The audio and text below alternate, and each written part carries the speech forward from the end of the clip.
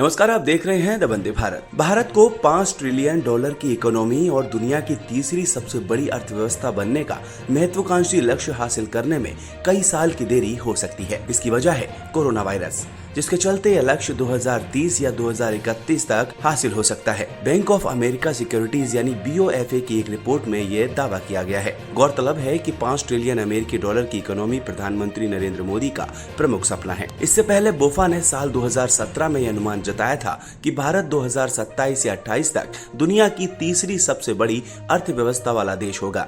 भारत इस समय दुनिया में 5वीं सबसे बड़ी अर्थव्यवस्था है। पीएम मोदी ने 2025 तक भारत की इकोनॉमी को $5 ट्रिलियन तक पहुंचाने का लक्ष्य रखा है। कोरोना संकट की वजह से देश को अपनी आजादी के बाद के इतिहास में पहली बार मंदी का सामना करना पड़ा। इस वित्तीय वर्ष की लगातार 2 तिमाहियों में GDP नेगेटिव रही। जून की तिमाही में तो GDP में रिकॉर्ड 23.9% की गिरावट आई थी। हालांकि दिसंबर तिमाही में GDP फिर से पॉजिटिव जोन में आ गई। न्यूज एजेंसी PTI के मुताबिक बैंक ऑफ अमेरिका सिक्योरिटीज यानी बोफा ने सोमवार को एक रिपोर्ट में कहा, महामारी के कारण उत्पन्न संकट को देखते हुए अब हमारा अनुमान है कि भारत की अर्थव्यवस्था 2031 से 32 तक दुनिया की तीसरी सबसे बड़ी अर्थव्यवस्था होगी।